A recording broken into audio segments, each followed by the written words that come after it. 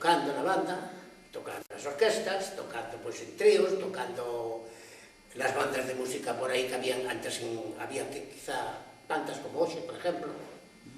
Hoxe aí me parece que 13 bandas de música, naquela pues había tantas, nos contornos de Vigo había tantas como hoxe, e tocabas en todas as bandas, pero claro, como és unha persona que daquela pues leías e tal, pois viñas, aunque sea así aos ensaios, ibas a tocar, porque... E calqueira persoa estaba a disposición de marcar un saxofón? Moi difícil. Marcar daquele entonces un saxofón era moi difícil porque os medios non había, as familias eran pobres, concretamente son unha familia pobre, entonces era imposible marcar o saxofón. Entonces tiñanos que arreglar con saxofóns que nos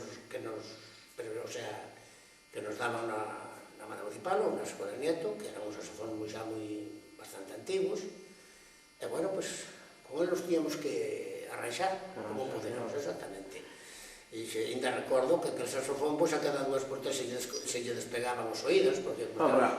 Hai moitas diferencias daqueles saxofóns aos actuais, non? Claro, hai moitas diferencias. Aqueles levaban un traballo enorme para tocar, porque perdía por todas as esquinas, te reventabas. Pois os saxofóns xa veñan de outro xeito, xa veñan de outra maneira, son máis suaves, máis... de outro xeito, non? O sea, veñan mellor fabricados, entonces non hai esas pérdidas como tiñan aqueles, e claro, se toca xa dun xeito máis doado.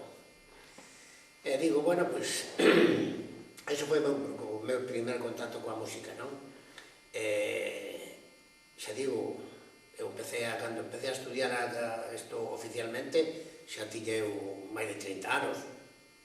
Ante entonces, pois eso, siguen tocando, siguen indo, estando na banda municipal, logo pasei a banda militar, aos 20 anos fui para a banda militar, xa levaba na banda municipal 7, entón, claro, a forza de tocar, e a forza de estudiar, e a forza de tal, pois, tocabas, non che quedaba máis remedio, entendes? Fui para a banda militar, estuve 4 anos na banda militar.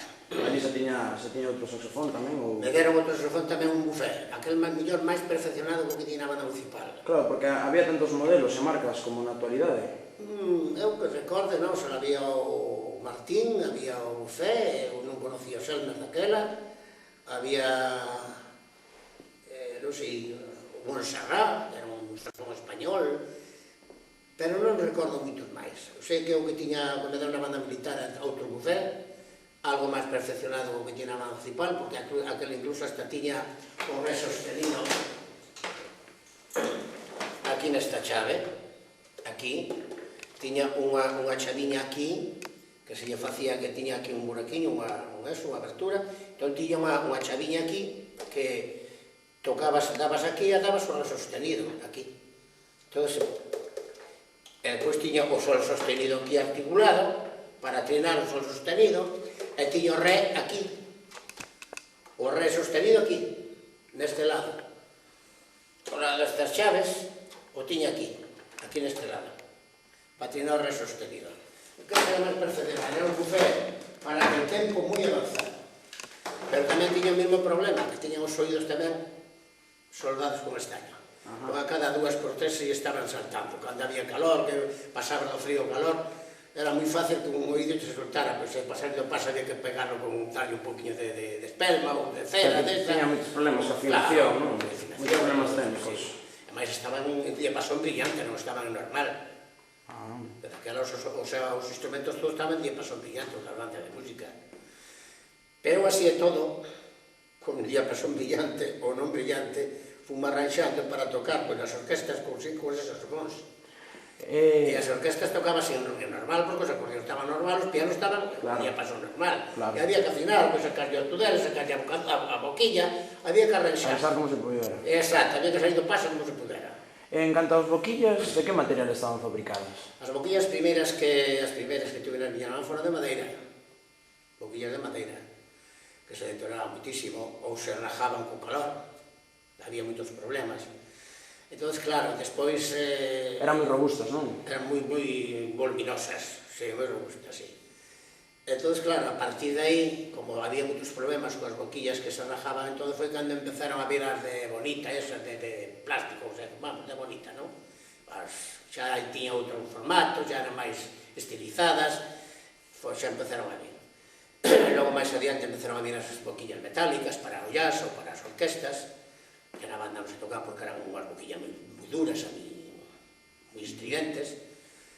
E, bueno, as boquillas foron avanzando, a partir de aí foron avanzando, foron facendo novas boquillas, novos modelos. Bueno, creo que se foi avanzando ben.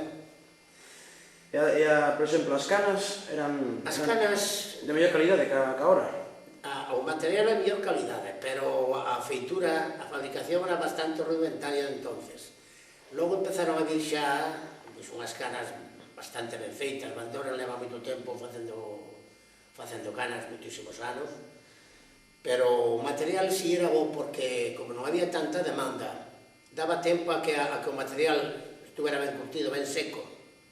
A cana deixábana secar, entón unha cana dura moitísimo tempo, porque tiña consistencia, tiña moita flexibilidade, porque, en fin, agora a cana ven moi verde, e se deterioran enseguida, enseguida se empapan de agua, exactamente.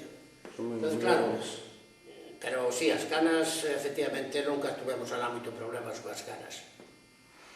En canto a embocadura e a técnica do saxofón, cambiou moito? A canto a embocadura e a técnica do saxofón era igual que a que usaban os clarinetes de entonces, que forraban abaixo e arriba, forraban cos dous labios. O sea, eu acordei toda a vida e tocar cos dous labios forrando, non? Que era un martirio, forrar cos dous labios. Pero non era eu, era todo o mundo. En canto empezabas, por exemplo, a tocar, pois, en plan orquesta, que forraba solamente coa de abaixo, e mordías coa arriba, e enseguida me adaptei, pois non aceptaban moi ben os músicos da banda, non aceptaban moi ben que viñeras con esa embocadura que te chamaban pachanguero, que chamaban tal, sabes? Pero era moito máis doado tocar así, porque era máis flexiva a embocadura, máis flexible o sonido e todo. O outro estabas nunha tensión constante, forrando aí, parece que estabas en tensión. Aparte, os sonidos non eran tan amplios, eran uns sonidos moi pequenos, uns sonidos moi... eu que sei, non lle podías dar amplitud. Os vellos morreron forrando toda a vida, e dai algúns que o fan, agora actualmente, hai algúns que o fan. Pero claro, despois, en canto apareceron as novas técnicas, en canto os conservatorios empezaron a funcionar eso, aquí en Galicia foi desterrando, gracias a Dios. Había algún tipo de máis embocadura? Pois sí, efectivamente, me acordo que cando íbamos a tocar a Portugal, por exemplo, coa banda principal ou con outra banda calquera por aquí, pois efectivamente, cando tocamos con outra banda de música, efectivamente había moitos músicos, que daquela case non había mulleres nas bandas de música, ni en Galicia ni en Portugal, todo eran homes. Entón, sí, efectivamente, foi unha curiosidade que eu mirei pola miña parte, de que algúns portugueses tocaban coa cana para arriba. O sea, en vez de tocar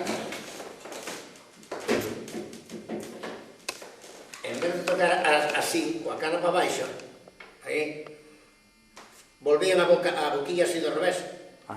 Entón, mordían por dentro de abaixo, o sea, aí forraban aquí,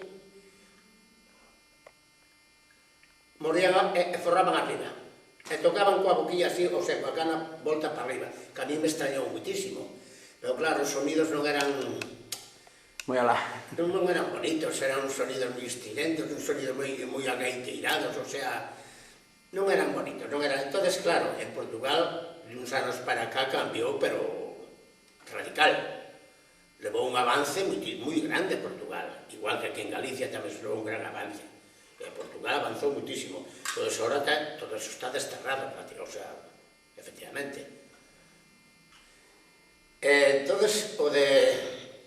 como da boquilla esta, por exemplo, o de poñer os tornillos para arriba. O poñer os tornillos para arriba é unha cousa que se debe facer, porque resulta que a abrazadera que pos cos tornillos aquí hacia a caña, a tornillas na caña, estrangulan a caña, o sea, mazan a caña. Entón estrangulan as vetas que a cana ten, para que produzca un bo sonido flexible. Entón é moito mellor poñela por arriba, casi non se daña a caña, e a caña dura moito máis, e o sonido creo que é máis nítido e máis bonito.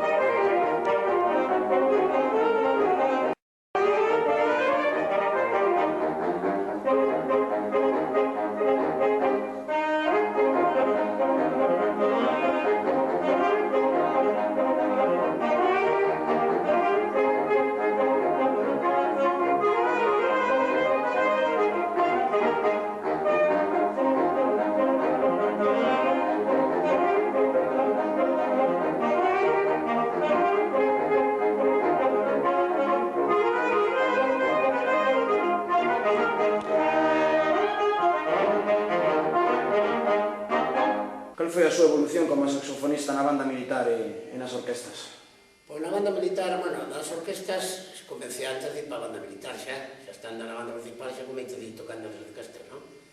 Pero logo na banda militar, pois, siguen a mesma trayectoria, porque igual, máis ou menos era tocar na banda municipal que tocar na banda militar, non había gran diferencia, porque na banda militar había músicos profesionales, e na banda municipal había músicos profesionales, quero dicir que a diferencia non se notou porque tocabas o mesmo tipo de obras, tocabas o mesmo tipo de música, excepto cando, pois, ibas desfilando, que tocabas marchas militares e todo eso, non? Pero a miña etapa militar, pois, bueno, pois foi unha etapa relativamente corta, de 4 anos, que entrei como cabo músico, e logo despois fomos oposicións, e unha vez que fomos oposicións, que viña destinado ao país para Lérida, alá polo ano 59-60, 59, no ano 59, pedín a licenciatura, o sea, licenciaime, deixei a vida militar. E por que abandonou a vida militar? Porque é unha... Pois eu non sei, que non me gustaba moito o que é o sistema militar, non? É unha... Non sei, unha actividade que non me... Non Non me convencía moito. Non me convencía demasiado, efectivamente. Entonces, bueno, non iba coa miña forma de ser, coa miña idiosincrasia, a mí me gusta máis me gusta un pouco máis a vida normal, non? Sin tantas contrapisas, sin tantas órdenes, sin tantas cousas raras. Entón, non me gusta, bueno. Volvíme entonces, e volví para a banda municipal, claro, porque eu tiña a miña plaza ali, efectivamente, volví outra vez para a banda municipal. E unha vez que volví para a banda municipal, bueno, quero dicir que ao licenciarme, a un pouco tempo caseime. Tinha 24 anos e caseime, non? Caseime en maio do 60. E logo, entonces, no ano 63, no ano 63, pois pedín excedencia no Concello e marchei, pois, con unha orquesta para Madrid, unha orquesta de variedades, fixemos alá unha temporada de 3 meses, e logo pasamos a San Sebastián, a Sala Perla, que está na Concha de San Sebastián, na Playa Concha, e ali estuvemos outros 3 meses. Acabouse a actividade, entonces, volvín, e tiña pensado, pois, volver outra vez á banda municipal, pero como apareceu outra oportunidade, e quixen, pois, máis ou menos, pois eu que sei, como era, tiña un espírito así aventurero, pois apareceu unha plaza na Compañía Transatlántica e marchei embarcado. Entón volvín a pedir unha prórroga máis do permiso do Concello e marchei embarcado. Anduve un ano embarcado, un ano e algo, sí, un ano e algo. Iso me parece que... E cal era a ruta que facía o... Pois íbamos a Inglaterra, e tocábamos Inglaterra, Coruña, Vigo, a Canarias, Tenerife e As Palmas, logo íbamos a Venezuela, primeiro a Colombia, ao do puerto de Cartagena de Indias, logo íbamos a Guaira, a Venezuela, da Guaira marchábamos a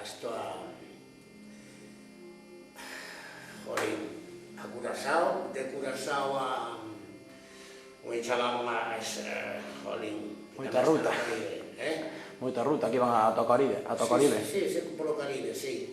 Logo volvíamos outra vez a Venezuela, a Guaira, e logo vivíamos outra vez por Canarias, tomamos Canarias, Vigo, Inglaterra, e así, era un viaxe que facíamos. E non coñeceu ningún saxofonista naqueles países? Non, porque, claro, o tempo que che daba cando tocabas Porto, non máis era salir, dar un garbeo pequeno, xa outra vez, porque eran escasas horas que estaba o barco no puerto. O que fan os barcos que veñen aquí a Vigo con turistas. Atracan 4 ou 5 horas e xa se piran, xa se van, non botan máis tempo, entón non che daba, porque o mellor te entretenías e xa oías a sirena do barco e xa tiñas que botar a correr o que sea para embarcar, entendes? Non che daba tempo a ter contactos con xente de fora. E En aquela época, cando estivo nas orquestas, que tipo de música se tocaba co saxofón? Pois se tocaba toda clase de música, quero dicir, música cubana, música, o que se chama hoxe, como se chama, música... Latina? Latina. Ajá.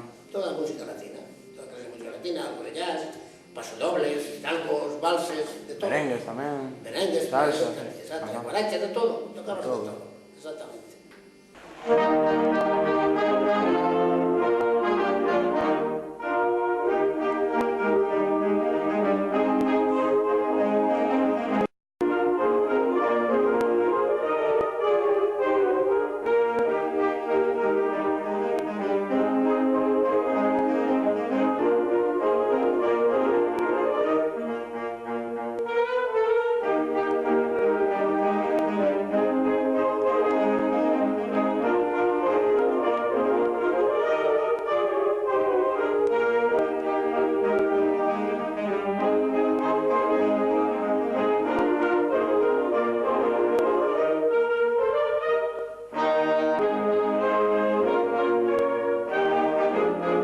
Vostede tamén tivo unha faceta como director, non? De banda.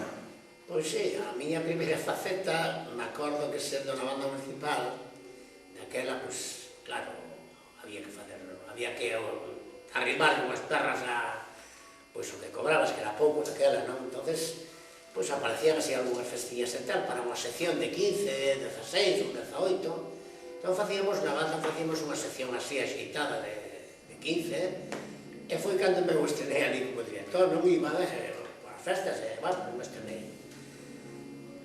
E despois, entonces, cando a finalizar, non, xa no ano 57 ou 58, sí, ainda estaba na banda militar, viñeron a buscar para dirixir a banda de Don Omar, que botei ali casi 2 anos. Despois, entonces, foi cando xa me xubilei da banda militar, volví para a banda municipal,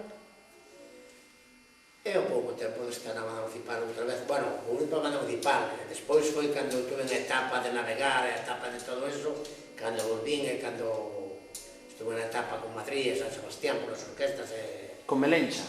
Con Melencha, exactamente. Entonces, cando volvín definitivamente para a banda municipal, que foi alá polo ano 64, sí, ao final de 64, pois ao pouco tempo me chamaron, sí, para a banda de Tui. De Tui. Unha banda de Tui, así con un pesaro, me parece. E depois de deixar a banda de Tui, foi cando estuve en orquestas, eu formei o grupo do Música 2000, Trovador del Jazz, Grupo Rex, tamén. A Rex foi na etapa militar. Xa foi anterior. Sí, despois tuve unha... Había outra orquesta máis que non me acordo como se chamaba, despois da Trovador de Jazz. Pero, bueno, nesas foi nas que máis tempo estuve de tantos. Quero dicir que despois dese tempo, que foi cando anduve coas orquestas por aí, que había que, claro, arrimar para ganar os garbanzos, entón, claro, facías bolillos, porque tiñas que estar na banda municipal, se llamamos na banda municipal pola tarde, que era complicado para ir a tocar, non se daban el hábito permiso e tal, pero bueno. E logo, cando tamén foi profesor de saxofón, tamén tivo que dirixir algunha banda. Era difícil compaxinar os horarios, non? Sí. Entón, quero dicir que desa etapa que ibas por aí e tal, era unha etapa bastante dura, porque viñas sin dormir, viñas moi tarde, todo eso. En algunhas delas, incluso hasta eu era o que levaba a orquesta e a traía, porque tiña unha furgoneta, o sea que ibas, montabas, tocabas, cargabas, viñas conducindo outra vez, levabas un palizón de medo, non? E, bueno, pois en esa etapa foi moi dura. E logo, bueno, pois cando xa acordei de deixar esa etapa das orquestas, porque miraba que se me escapaba o tempo que iba a quedar en terra, entonces, pois, bueno, pois acordei de dicir, bueno, agora teño que estudiar en serio, porque despois de toda aquela trayectoria, non? Que tiña moita, pois, eu que sei, levaban moitos anos xa, entonces, xa tiñas experiencia, xa tiñas todo, pero, por aquilo, era unha cousa que, sí, que tocabas, que todo eso, pero que non había nada oficial que xo plasmara, non? Entón, bueno, acordei e dixe, bueno, aquí hai que facer algo, dixe as orquestas, dixe todo, porque xa estudiar. Entón foi cando notei, ir ao conservatorio, facer o conservatorio, estudiar a carrera en serio. Entón, naquele inter, cando estuve estudiando, como tamén había que arrimar, porque fillos había bastantes, entón había que arrimar, porque o soldo non chegaba para todo. O soldo a nada, non chegaba, que era unha miseria daquela. Entón, mentre estudiábamos, andome con taxista de noite. Andome de taxista de noite, mentre estudiaba. Entón, cando salía da banda principal, iba a coller o taxi, estaba toda a noite, hasta as 7 da mañá, 8, 9, logo iba para casa, dormía, levantaba, me comía, ao terminar de comer, para a banda principal a estudiar. E despois, cando tiña que ir ao conservatorio, terminar o ensaio da banda, pois villa ao conservatorio, as asignaturas que me tocaban, salía do conservatorio, collía o taxi, e así foi a miña vida hasta que terminei. E cando rematei no ano 77 foi cando me fixei cargo da asignatura aquí, entón xa facía dúas labouras dentro do concello, facía como componente, como músico da banda principal, e profesor aquí no conservatorio, que daquela era conservatorio municipal. Facía as dúas funcións. Exactamente. E no seu paso polas numerosas bandas de música, houve algún rapaz que se dedicara a estudiar saxofón con vostede posteriormente no conservatorio? Home, pois, concretamente na de Cabral, pois sí, estuvo Folgar, que terminou a carreira, estuvo Julio Álvarez, que terminou a carreira, estuvo Juan Manuel Paz, que tamén terminou a carreira. Juan Campos Paz, non? Sí. Que máis daquela, creo que era demais, os outros, moitos deles abandonaron. E logo vos, que tamén foste da banda de Cabral, xa non estabades comigo, me parece, que xa non estabas na miña época. Non, xa non. Pois, algún deles, que como ti, por exemplo, que sigue estudiando, como se chama Alberto, que sigue estudiando, en fin, pero da miña etapa, esos tres en concreto son os que conseguiron e acabaron a carreira, efectivamente, da miña etapa. E, bueno, na época da banda de Cabral, que estuve hasta o ano 1992, en concreto, pois, unha vez que tal, pois, logo collín a banda de San Miguel, estuve na banda de San Miguel de Olla, e logo un canto dixe a banda de San Miguel de Olla, que daquela era bastante problemática, pois tuve un tempo bastante sin dirixir banda ninguna, moito tempo. Logo fui para Santa Cruz de Ribadulla, tamén estuve unha temporada sola, non me quedaba moi lonxe, era moi incómodo, e de entonces xa...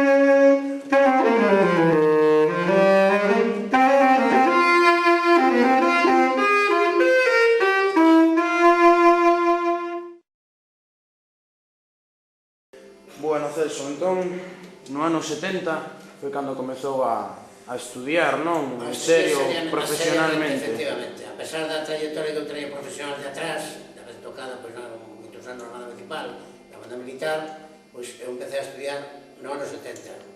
No 70, 71, me parece.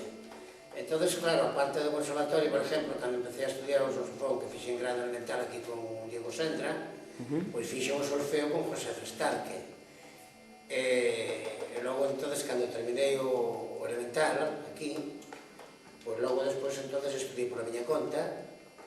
Isto foi a estudiar con Jesús Yepes a a perfeccionar solfeo, a estudiar armonía, e logo despois entonces estudiei os cursos de saxofón eu por a miña conta, estudiaba na academia, non sea, na sala de ensayo da banda municipal, e logo iba por libre a Coruña. Entón, claro, na Coruña, pois, tocábase para facer o grado medio, o sea, o grado profesional, que era daquela, non había grado medio, era grado profesional, que era o máximo que había, entonces, era o máximo que había. Entón, tocábase parte do Closé, tocábase tamén o Ferni, e tocábase o Gonzo. E de obras, pois, tamén, de obras, en realidad, pois, tales a de Creston, a Fantasía de Lemmerman, o concierto de Glasgow, Tablas de Provence, pouco máis. Algúnas similares, non? Igual que Algúnas similares, sí. Me acordo que cando despois empecé aquí, cando terminei no ano 77, terminei todo, entón foi cando me fixen cargo aquí da asignatura de saxofón, no conservatorio, bueno, pois había que facerse cargo de todo, do elemental, do grado profesional, porque non había de momento o grado superior en Vigo, tardou muitísimo tempo. Foi declarado o Conservatorio Superior da Coruña máis pronto que o de Vigo, me parece. Non moi seguro, pero creo que sí. E, bueno, pois aquí, pois, a formación foi, o sea, relativamente bastante ben.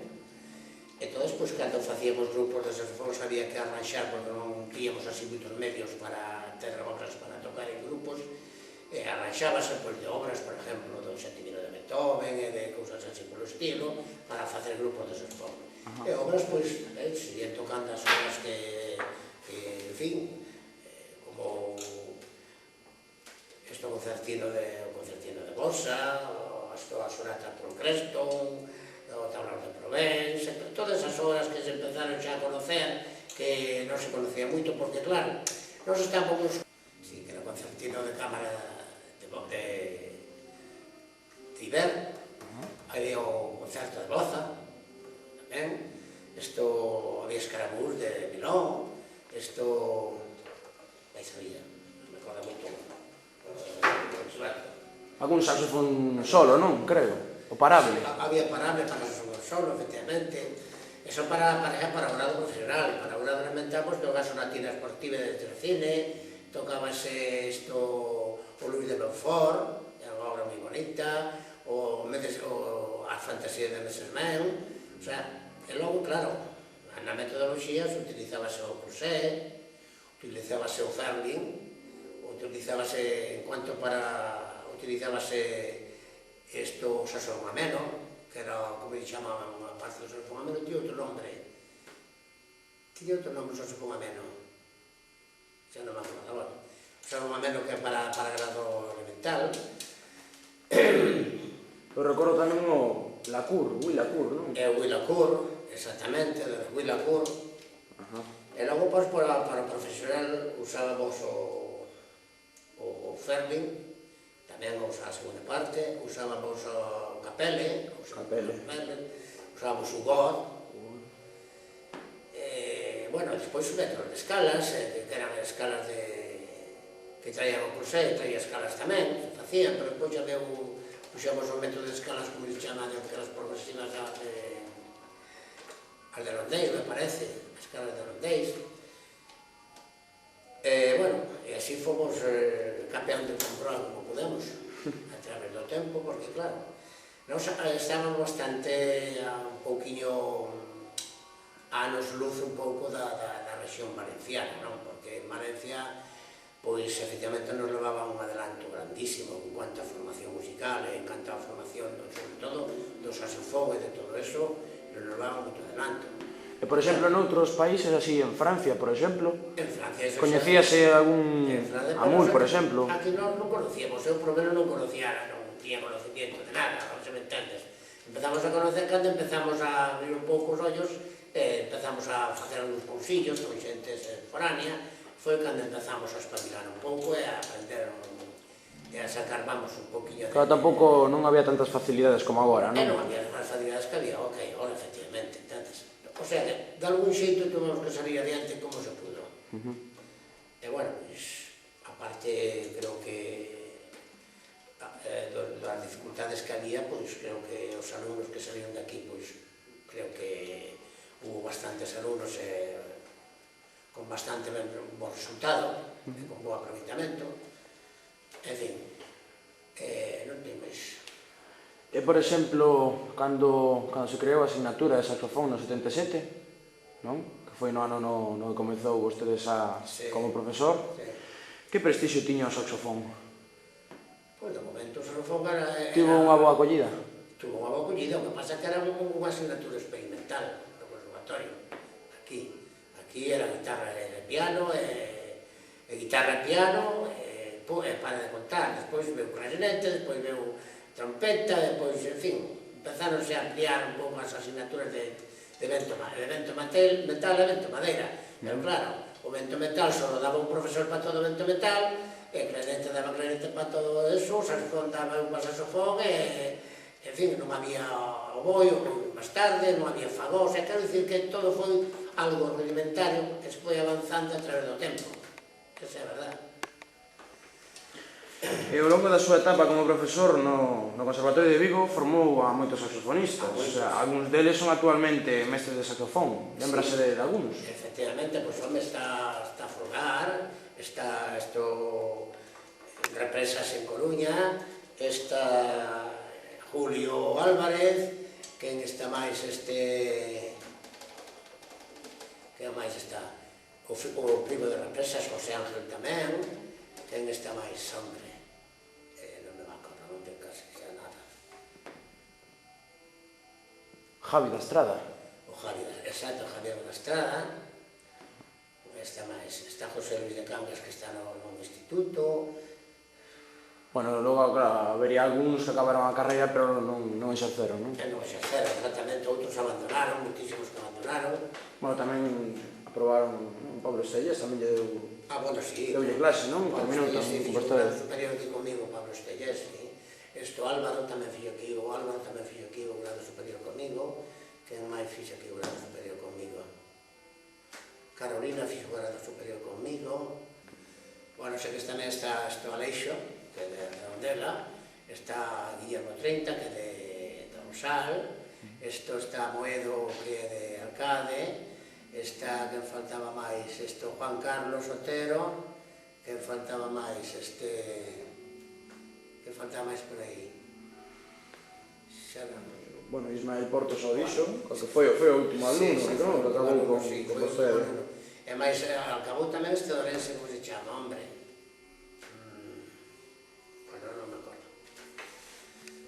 E que diferencia notan as audicións de saxofón actuais respecto ás anteriores? Que botan falta? Home, non é que boten falta. Boten falta que antes non había o material que hai hoxe para audicións. Entonces, claro, hoxe aí contanse con as obras máis completas para facer audicións. Antes as audicións eran, en fin, non había o pianista acompañante. Entonces, claro, as audicións eran un pouco pírricas porque había que montar obras de grupo de saxofóns para que sonaran algo, buscalas, sacalas de un xeito, transcribilas de outras obras, para, en fin, facelas.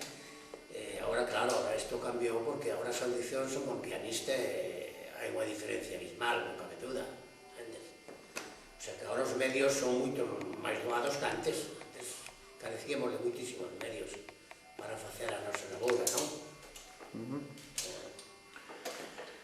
Bueno, e por último tamén, falando desta etapa, gostaríame que fixera un amplo resumen do que lle pareceu a homenaxe que se lle realizou o curso pasado.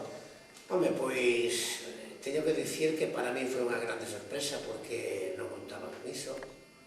O sea que eu cando foi que me despedín aquí, creo que tuve un agape aí con todos, me parece, que invitei a todos, un cariño, aos alumnos, aos profesores que quixeran asistir e tal, xubilaba.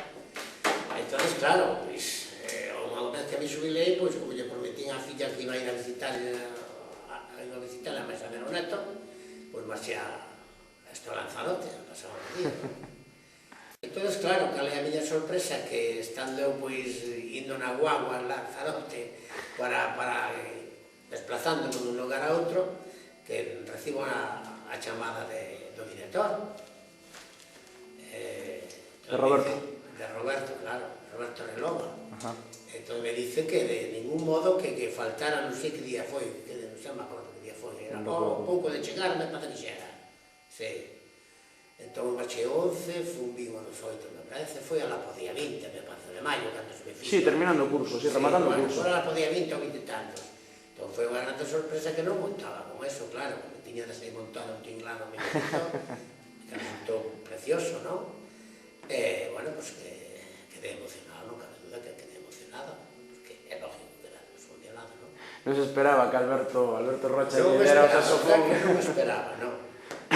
Foi unha cousa preciosa, incluso a muller quedou satisfeita, o sea, quedou impresionada, que cousa máis bonita e tal, non? E logo, entonces, cando, despois do concerto de despedida, que foi cando o certo homenaje, tuvemos a cena, foi na cena.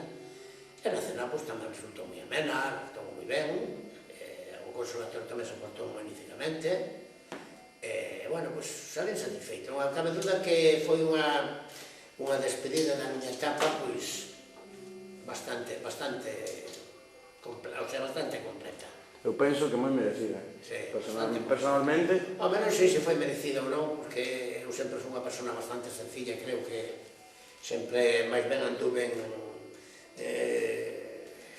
sin darme moi ben a... Moitos alardes, moi campechano. Non, alardes ni nada, me andaba dunha forma moi humilde, non? O sea, o meu traballo, facía o meu traballo, non me importaba facer máis horas ou menos horas, eu atendía a xente o mellor que sabía podía, e creo que lle entreguei toda o que o mellor sabía, a miña personalidade, a miña amistade, creo que con todos, e de feito salimos satisfeitos porque un profesor, cando termina a súa etapa e recibes homenaxe e logo ves que os alumnos ou eses alumnos antigos que te siguen saludando, que te siguen tal, que sigues amistad, é porque entón a túa laboura creo que non foi ni moi desacertada, nin moi catastrófica, foi, creo que, ben aproveitada. Porque o que pena que cando terminas unha etapa de ensino, por exemplo, con 70 anos como acabei eu, que logo, pois, claro, que saia que nadie te conozca, ou que che torza na cara, ou que malas caras, ou que tal, que hayas terminado, pois, con tirantezas co alumnado, ou co profesorado, ou co, en fin, eu creo que eso no meu caso non sucedeu.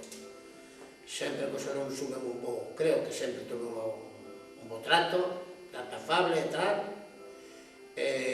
cando había que axudar, axudabas, cando había que exixir, exixías, e punto, nada máis. Eso foi a miña trayectoria como profesor.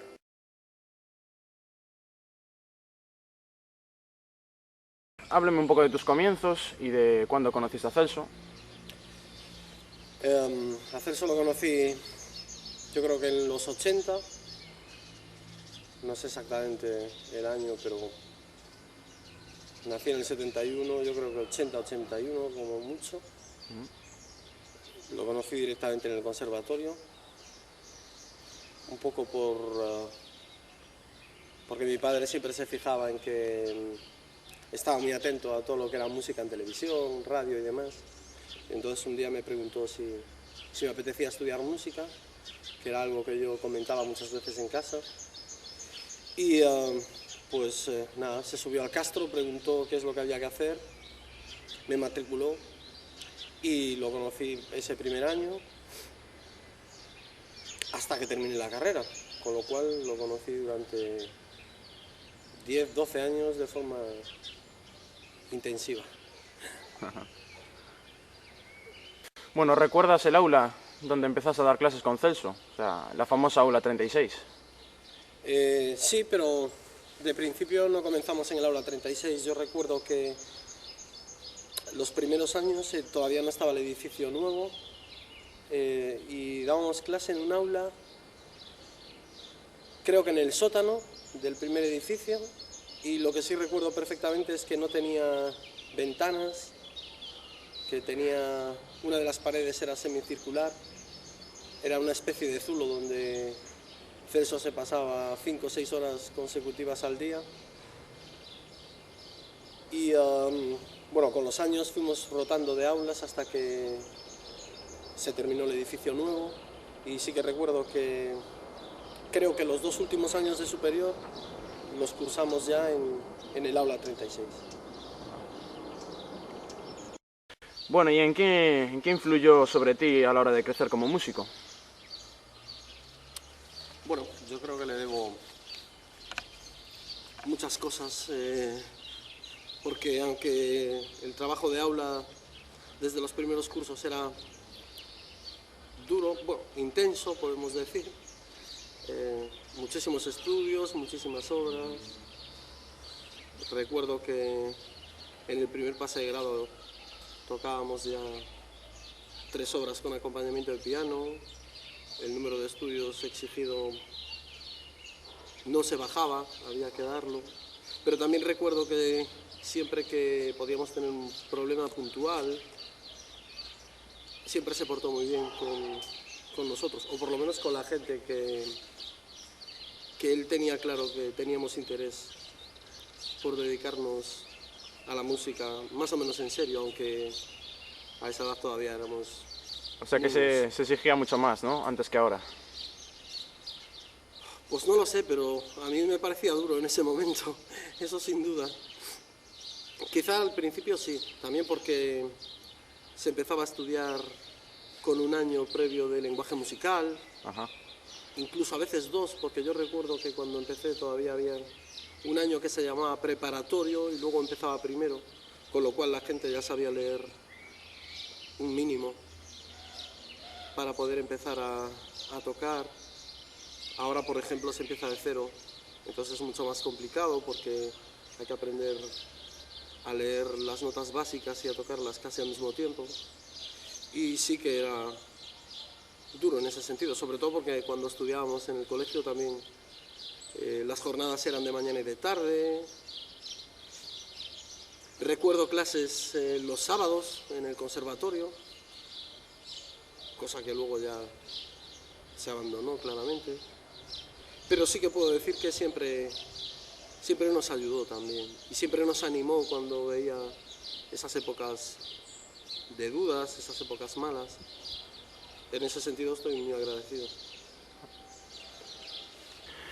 Bueno, y después de todo este tiempo, ahora que eres profesor en el Conservatorio Municipal de Puente Areas, ¿qué anécdotas te han quedado, ¿no? ¿Qué recuerdas? Muchas, pero sobre todo destacaría que es un gran trabajador. Yo recuerdo 5 y 6 horas de aula ininterrumpidas. Recuerdo ensayos, yo toqué con él en la banda en Cabral, y después de trabajar de lunes a viernes, recuerdo ensayos de 4 y de 5 horas los sábados, lo cual hoy en día me parece impresionante porque ya era una persona que llevaba muchos años en esto. Y también decir que, al margen de lo que mucha gente cree, siempre nos animó, por lo menos a mí, a que intentásemos hacer cursos fuera del conservatorio, que conociésemos a otros saxofonistas, que nos formásemos como músicos con el máximo, ¿cómo decirlo?, con la máxima cantidad de profesores a que tuviésemos acceso. En ese momento tampoco era tan fácil como ahora, pero desde luego sí lo sabía. Recuerdo un viaje a Coruña en su Volkswagen Polo rojo para ir a conocer a De Fayet, que estaba dando un curso allí. Recuerdo que íbamos Javier Comesaña, que es el director del Conservatorio La Estrada ahora mismo, Paco, uno de los profesores de clarinete que está en Vigo, y él. Recuerdo la prisa, la velocidad, el que llegamos allí medio nerviosos, quizá a lo mejor por su época de taxista, con lo cual estaba acostumbrado a callejear con el coche muchísimo, porque hay que decir que creo que tiene 7 hijos, si no recuerdo mal, para sacarlos adelante, aparte de músico en la municipal, de luego pasarse a profesor de conservatorio, hizo trabajos intermedios, trabajó de taxista y bueno, de más cosas que me había comentado. Y recuerdo en el aula muchísimas broncas, pero creo que todas buscando lo mejor de nosotros, y desde luego si tuviese que poner en una balanza los pros y los contras, desde luego sería muy favorable el veredicto, por lo menos por mi parte. Recuerdo que cuando el cuarteto sax disonante buscaba barítono, él les habló de mí, les dijo que podía hacerlo bien. Yo era un alumno de creo que 3 o 4 cursos menos que ellos. Me puso en contacto con ellos, gracias a eso tocamos juntos durante muchos años, estudiamos juntos durante muchos años, fuimos a cursos juntos durante muchos años, y incluso el trabajo que tengo yo hoy en día viene un poco por ahí, por conocer a mis compañeros de cuarteto. No sé, son muchas historias que contar. Bueno, recuerdo también que los ensayos para las audiciones solían ser bastante intensos, bastante duros, bastante tiempo, y creo que él, que no tenía que tocar evidentemente con nosotros, creo que siempre se ponía mucho más nervioso de lo que representaba. Se le notaba en la actitud, se preocupaba mucho de que todo funcionase bien, y se le notaba muy relajado cada vez que terminábamos las audiciones, cuando eran buenas. Bueno, ¿y qué te pareció el homenaje que se le ha realizado por su jubilación el año pasado? Sobre todo merecido. Creo que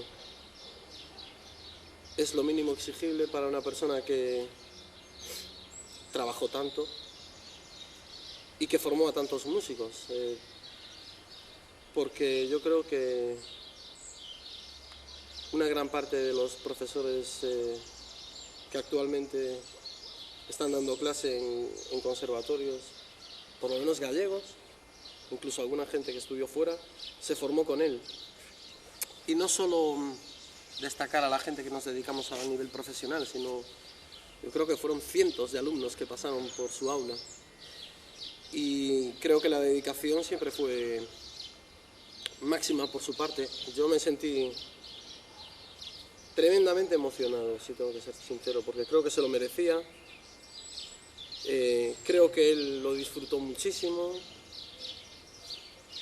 Lo encontré muy moreno, de hecho, nada más llegar le pregunté, ¿y ese morenazo? Y me dijo, no, es que el día que entregué los papeles de la jubilación me fui 15 días a Canarias ya, lo cual quiere decir que todavía está muy vivo como persona. Para vivir bien. Y espero que disfrute muchísimo. Luego me alegré mucho también de encontrar a algunos compañeros que, bueno, hacía un tiempo que no los veía. Y fue una pena que muchos de los que no estaban fue por problemas de trabajo, evidentemente. Creo que todos hablaron con él, o bien personalmente o bien por teléfono, para mostrarle su agradecimiento. Pero era inviable. Creo que, por ejemplo, José Luis Represas y José Ángel están en Coruña, tenían trabajo, Javier está en el Conservatorio de la Estrada, tenía actuación. Mucha de la gente de mi generación no pudo estar, pero me resultó muy interesante que gente más joven, que terminó años después, sí estaba allí. Y me pareció muy interesante que la idea partiese de Alberto Rocha. Posiblemente si él no tuviese la iniciativa, no se hubiera llevado a cabo. Y disfruté muchísimo viendo su cara de felicidad, su sonrisa, su moreno, y desde luego fue muy merecido y muy emotivo también.